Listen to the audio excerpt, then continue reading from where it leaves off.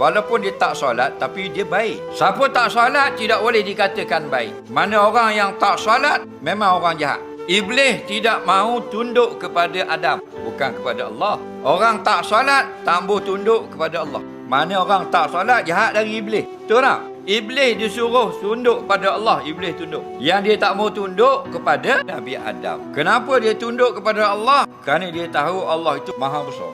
Kenapa dia tak mau tunduk kepada Adam? Kerana dia kata sendiri, khalaqtani min nar wa khalaqtahu min tin. Membuat aku daripada api, muat Adam buat dari tanah. Takkan api tunduk ke tanah? Tapi kita manusia bisa tak mau tunduk kepada Allah, jahat dari Iblis. Maka semua penduduk di langit beri hormat kepada Nabi Adam yang diketuai oleh para malaikat. Malaikat Iblis. Orang yang tak semayang, dia rasa dia hebat daripada Tuhan. Itu hakikat. Kalau dia rasa Allah lebih hebat dari dia, dia semayang.